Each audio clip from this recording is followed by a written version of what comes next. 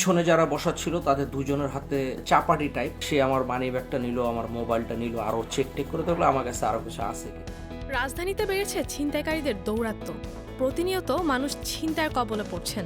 ব্যস্ত রাস্তার মোড়ে মোড়ে ওত পেতে থাকে ছিনতাইকারীরা। মুহূর্তে হ্যাচকা টানে ছিনিয়ে নিয়ে যায় মোবাইল ফোন সহ মূল্যবান জিনিসপত্র।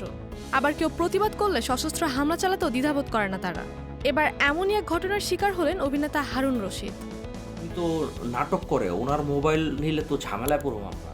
শুটিং শেষ করে বাড়ি ফেরার পথে রাজধানীর কাঞ্চন ৩০০ ফিট এলাকায় ভয়াবহ ছিনতাইয়ের কবলে পড়েন তিনি।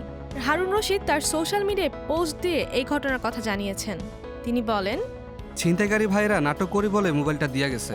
কাঞ্চন ৩০০ ফিট থেকে কুড়িল বিশ্ব রোড রাত বিরাতে সাবধান। আজকে আমি কট খেয়েছি, কাল আপনি কট খেতে পারেন।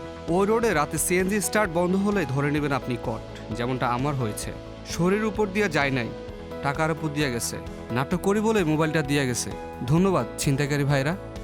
অভিনেতা এক পোস্টে লেখেন, সহকর্মীদের সতর্ক করার উদ্দেশ্যে ফেসবুকে স্ট্যাটাস দিয়েছেন উল্লেখ করে অভিনেতা বলেন, আমি স্ট্যাটাস দিয়েছি এই কারণে যে আমার মিডিয়ার ভাই বোনেরা কেউ যেন এই ভুলটা না করে। বিস্তারিত জানতে যোগাযোগ করা হলে হারুন রশিদ জানান, রাত বিরাতে কোথাও যায় না, গেলে ইউনিটের গাড়ি ব্যবহার করি। গতকালকেও ওরা ইউনিটের গাড়িতে যেতে বলেছিল। আমি ভাবলাম ইউনিটের গাড়িতে গেলে রাত 2টা-3টা বেজে যাবে, তাই একা আসছিলাম আর এই পরিস্থিতির সম্মুখীন হলাম। এই ঘটনার পর আইনি ব্যবস্থা নেবেন কিনা এমন প্রশ্নের জবাবে হারুন রশিদ বলেন, নিয়ে কিছুই হবে না। আমি নীলা মার্কেটের সামনে পুলিশের গাড়িও দেখেছি, তবে তাদের সঙ্গে কথা বলিনি। এগুলো এখন অহরহ হচ্ছে। আমার কাছে এটা একেবারেই স্বাভাবিক ব্যাপার মনে হয়েছে, তবে ভয় পেয়েছিলাম যদি কোপটোপ দিয়া বসতো, সেই ভয় ছিল। ট্রমাটাইজ হয়ে গিয়েছিলাম। 8 ঘন্টা রাস্তার মধ্যে বসেছিলাম। কাউকে যে ফোনে কল করব, ব্যাগটা নিয়ে যে হাঁটবো, অন্ধকার থেকে একটু আলোতে যাব, সেই শক্তিও ছিল না। হারুন রশিদের এই অভিজ্ঞতা ঢালিউডের অন্যান্য সদস্যদের জন্য সতর্কবার্তা হয়ে এসেছে।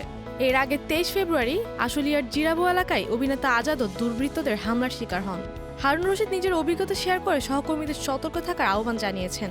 তার মতে, রাতের বেলায় একা চলাফেরা না করাই সবচেয়ে ভালো।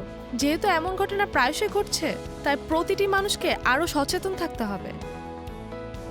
তো তাড়াতাড়ি ওরা চলে গেল। ওরা চলে যাওয়ার আগেই ওরা সিএনজি আলারে বলছে টান দাও টান দাও।